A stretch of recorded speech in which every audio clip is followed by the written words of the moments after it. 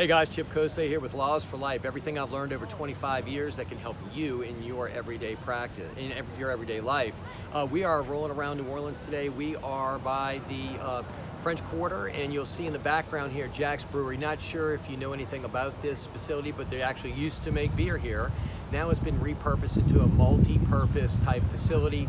There's a venue for parties, there's condos on the top, and one of the coolest things you'll see, and we're going to zoom in on this at the end of this video, is you'll see where the ball drops for the New Year's celebration. I think it's actually a baby. I said ball, but it's a baby.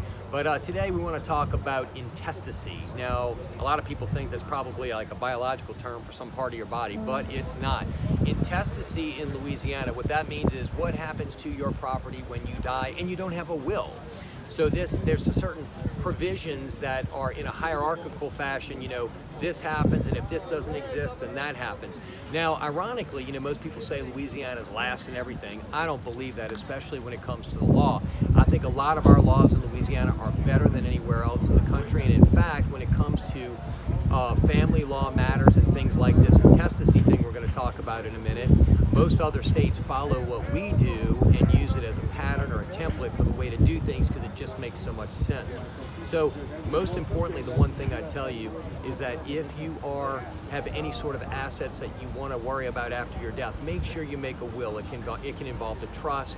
You can kind of rule from the grave, so to speak. But if you don't, it's important to know what intestacy is, and that means if you die without a will, what will happen to your property. So if you're married, when you die, your property will automatically go to your spouse, but it will be subject to what we call a usufruct of your spouse, subject to what's called the naked ownership of your children, which means they kind of are co-owners because you can't really do anything with property unless those two factors are united in one. So it's basically a check on the mother not to run the kids out and vice versa.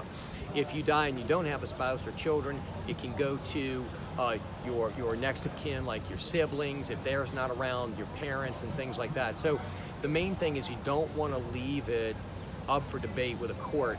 If anything, protect yourself, make sure you write a will. If you have any questions, please feel free to email me, chip@koseilaw.com. And if you have any other questions, call me, 588-9500. I sure hope this video helps, and we'll talk again soon. Hey, pay attention for that zoom in.